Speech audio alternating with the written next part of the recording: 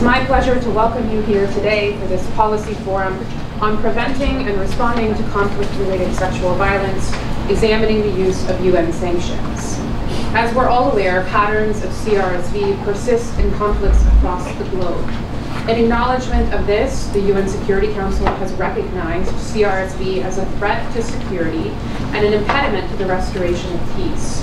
And the UN has developed a variety of frameworks and tools to prevent and respond to CRSV. The purpose of our forum here today is to focus in on two of these tools, including the annex list of suspected perpetrators in the annual reports of the Secretary General on CRSV and UN sanctions regimes. This policy forum also launches a new IPI publication on UN tools for addressing conflict-related sexual violence and analysis of listings and sanctions processes, co-authored by myself and IPI policy analyst Lauren McGowan, and it is quite literally hot off the press this morning, and we're very happy to share it with you today. I'd like to thank our panel of speakers for being here today, and a very special thanks to Denmark for their generous support of today's event and the policy report being launched today. Thank you so much for being here. Today we'll hear from each of our speakers and then have time for question and answer with our in-person and virtual audiences. But first, I'm very pleased to welcome Ambassador Christina Markus Lassen, Permanent Representative of Denmark to the United Nations, to provide opening remarks. Ambassador, the floor is yours. Every year we meet at the annual Security Council open debate on conflict-related sexual violence to discuss the patterns and trends on the basis of the Secretary General's report. This debate is fast approaching and will take place next Tuesday, as I'm sure everybody in this room will know. And I think when reading this year's report, it's obvious how the current level of conflict globally, which unfortunately has only intensified in the recent months, continues to expose civilians to increased levels of conflict-related sexual violence. This trend is, of course, fueled by arms proliferation and militarization among both state and non-state armed actors. Sexual violence continues to play a significant role in the global economy of war, enabling armed groups and transnational criminal networks to stay afloat and generate revenue. I think a sentence that is often repeated, including by us, is that we have a strong normative framework in place for our response to CRSV, but the compliance with international norms regarding conflict-related sexual violence of these armed groups and parties to conflict in general, unfortunately, remains very low. Despite the clear prohibition of international law, CRSV remains a brutal reality which leaves behind a deep sense of guilt, stigma, and not least fear for those affected. And given that only very few victims come forward for help, care, or justice, we still do not know the full extent of this crime worldwide.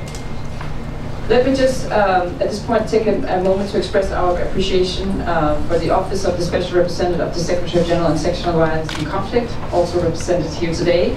The office is a very trusted and valued partner by Denmark and a crucial coordinator of the interagency network called United Nations Actions Against Sexual Violence and Conflict. The office is, as you know, behind the extensive information gathered for the annual reports of the Secretary General, which also includes an annex of detailed information on parties to armed conflict that are credibly suspected of committing or being responsible for acts of rape or other forms of sexual violence. This report, sadly, has over the year been a daunting historical record for the prevalence of CRSV. In fact, more than 70% of the parties listed in Secretary General's latest report are persistent perpetrators, which means that they have appeared in the annex for more than 5 or more years without taking remedial or corrective action. In response to this, we've heard the Secretary General consistently calling for enhanced coherence between the list annexed in his annual report and the designation of parties for UN sanctions measures to strengthen compliance and prevention. The SG has also called for formal arrangement that will allow for the Security Council to consistently monitor compliance by parties to conflict and the measures that they are taking to prevent CRSV. And that's actually one of the reasons that we chose to partner with the International Peace Institute, so IPI, to dive deeper into the toolbox that we have at our disposal and support this call. both as member states and as UN system. This has resulted in the publication that we just heard about that's being launched here today, really fresh out of the press. I think I can testament to that. And that's an examination of the UN tools for addressing CRSV, including an analysis of the listing and sanction processes. It was a huge study. I know it was super difficult to do, but we are really pleased to support the study and the independent research, of course, as IPI as a whole. So really congratulations with this report, which is extremely timely just before the debate next week. A last point from my side, a little bit of PR, not in terms of permanent representative, but public relations for Denmark. Just 3 weeks ago in this exact venue, it looks totally different that day. I don't know why you did something, you closed the windows or something. But just 3 weeks ago, we had our foreign minister, Lars Løkke Rasmussen, here in this room launching Denmark's priorities for our candidature and hopeful seat on the Security Council for 2025-2026. Needless to say, when we worked on our priorities, it was really a no-brainer for us that women, peace and security should be at the heart of our efforts in the Council if we are elected on June 6th. So with those words, let me just give my strong commitment to everyone here today that we will continue the fight against conflict-related sexual violence if we succeed to being elected to a seat on the Council, which obviously we hope, and we hope for everyone's support. So we look very much forward for the discussion here today. Kicking off now with this panel discussion with people who are real experts on this, and with the rest of us, at least me, listening very interested at the same time. Thank you so much. To kick off our conversation, my colleague Lauren and I will briefly present some of the findings of our report, and then we will turn to each of the panelists to further expand on some of the key points from the research. So let me first introduce our speakers here today. To my far right, Lauren McGowan is a policy analyst for IPI. Prior to joining IPI, Lauren was the Conflict Prevention and Sustaining Peace Global Fellow at UN University, and she's also spent time working for Amnesty International and with the UN Office for the High Commissioner on Human Rights. I will not be reading all the full bios for all of our panelists because that would take up most of our time here today, so I'll give an abridged version. Next to my right, we have Tonderai Chikuhwa, Senior Policy Advisor in the UN Office of the Special Representative of the Secretary General on Sexual Violence and Conflict. Tonderai previously worked on child protection issues in several UN peacekeeping operations and conducted negotiations with armed forces and groups for the release of child soldiers and prevention measures against abuse of sexual violence as a tactic of war. Joining us online today, we have Natascha Hryckow, Associate Fellow, Global Fellowship Initiative of the Geneva Center for Security Policy, and the former coordinator for the UN Panel of Experts on Somalia. Natascha was also a special advisor to the chairman Lomé Peace and Security Forum and a regional conflict advisor for the World Health Organization, with a focus on Afghanistan, Iraq, Libya, Somalia, Syria, and Yemen. Next, we have Francesca Cassar to my far left, the Africa Economic and Development Coordinator for the Permanent Mission of Malta to the UN. Francesca has served with Malta's Foreign Service since 2015 and was previously the rapporteur of the Second Committee during the 77th session of the General Assembly, and a special thanks to her for being with us during what is a very busy time for Malta Council.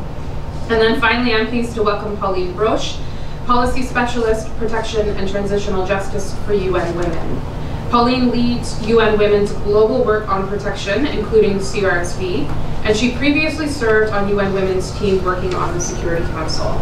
Pauline also spends time with the UN Peacekeeping Mission in the Central African Republic and is a fellow in the Office of the SRSG on Sexual Violence and Conflict. So a very warm thank you to all of our panelists, and as you can see, we have a very wonderful panel that is well positioned to help us walk through some of these issues. So first, Lauren, I'll turn over to you to present some of the findings from the report. Committing for being responsible for patterns of CRSV violations within context on the agenda of the Security Council based on UN verified information. These parties can include both state as well as non-state actors. The second tool, of course, is UN sanctions. So some sanctions regimes have designation criterion that allows for perpetrators of SGVV to be sanctioned for committing these violations. And over the past 2 decades, the UN Security Council and the Secretariat have attempted to increase the links between the CRSV agenda and sanctions. This also includes persistent and consistent recommendations by the Secretary General to also increase the links between these annual reports and the use of sanctions. And so to that end, our report really focused on, one, understanding the level of coherence between the parties listed in the annex of the Secretary General's report, and in turn who are designated for sanctions. And second, looking a bit more broadly at analyzing how sanctions have actually been used in response to CRSV. And before I share a few of the key findings, just one quick terminology note, and that's that the Secretary General's reports utilize the term and scope CRSV, whereas sanctions designations utilize SGBV. So that's why you'll hear me going back and forth between the two, just to note that SGBV can encompass CRSV, but it's a bit broader in scope. I will also be referencing primarily quantitative data from the report, so I have a few PowerPoint slides just to help visualize the findings. And I see we already have our first key finding up. Thanks, Chelsea. So our first key finding is that there's limited overlap between the parties listed in the annex of the Secretary General's annual reports and in sanctions regimes. So to make this determination, we looked at overlap in two respects. The first is just whether parties who are listed in the annex also are sanctioned. And then the second is whether the party is specifically designated for committing SGBV as opposed to some other sort of violation under the regime. So think like an arms embargo, for example. So we based our analysis on the Secretary General's reports, which was released last summer, that covers the 2022 reporting period. Now in the report, there are 49 parties who are listed in the annex, both state as well as non-state. Listed again because they committed or were responsible for patterns of CRSV violations. And Chelsea, you can go to the next slide, please. Shows the breakdown of those 49 parties by the number of years that they appear in the annex of the Secretary General and whether or not they have been sanctioned. So as shown in green, we found that 21 parties in the annex are currently designated for sanctions. Now that's either because the group itself is sanctioned or because individuals who are part of that group are sanctioned. Now we found that there are an additional 7 parties in the annex, this is indicated in blue, who are not eligible for sanctions because there's currently no regime in place for their context. And finally, and I think this is the key number, there are 21 parties who are eligible for sanctions but have not been designated. These are indicated in orange. So of these 21 parties, you can see that the majority have actually been in the annex for quite some time, and in fact 14 are persistent perpetrators, meaning that they've been listed for 5 years or more without taking remedial action. Some actually, as you can see by the bar on the far right, have actually been listed for more than 10 years. So in summary, while we do see that there are actually some parties in the annex who are in turn sanctioned, this is not actually the case across the board. And then secondly, we then examined why, right? So why were parties actually sanctioned? And this meant looking at the designation criterion and seeing were they sanctioned again because they were committing SGBV violations, or were they sanctioned for some other kind of violation within the regime, again, such as violating an arms embargo, being involved in the illicit trade, exploitation of natural resources, etc. And what we found is that actually the majority of parties who were in the annex and also sanctioned were not sanctioned because they had committed sexual violence, but instead were sanctioned for some other reason. Which brings me to the second key finding, and Chelsea, we can go to the next slide again, please. And that's that designations for violations of SGBV are relatively rare. So to make this determination, we looked at the 14 different UN sanctions regimes which are currently in place, and at the 752 individuals and entities who are currently designated to see why they were sanctioned. And Chelsea, we can go to the next and final slide, please. And we found that of the 614 individuals and 138 entities who are currently sanctioned, only 25 individuals and 2 entities have been sanctioned for committing SGBV. So, despite the fact that sexual violence is known to be widespread across many of the contexts where there's sanctioned regimes in place, designations based on committing SGBV actually account for less than 4% of all the 752 that are currently sanctioned by the UN. So in the report, obviously we get into many more key findings. We also discuss why this is the case. Both, one, why there's limited overlap between the parties in the annex and sanctions, and 2, why designations for SGBV are so rare. But I'm going to stop here and turn it back to Jenna, who can walk us through some of those rationale. Thank you so much. So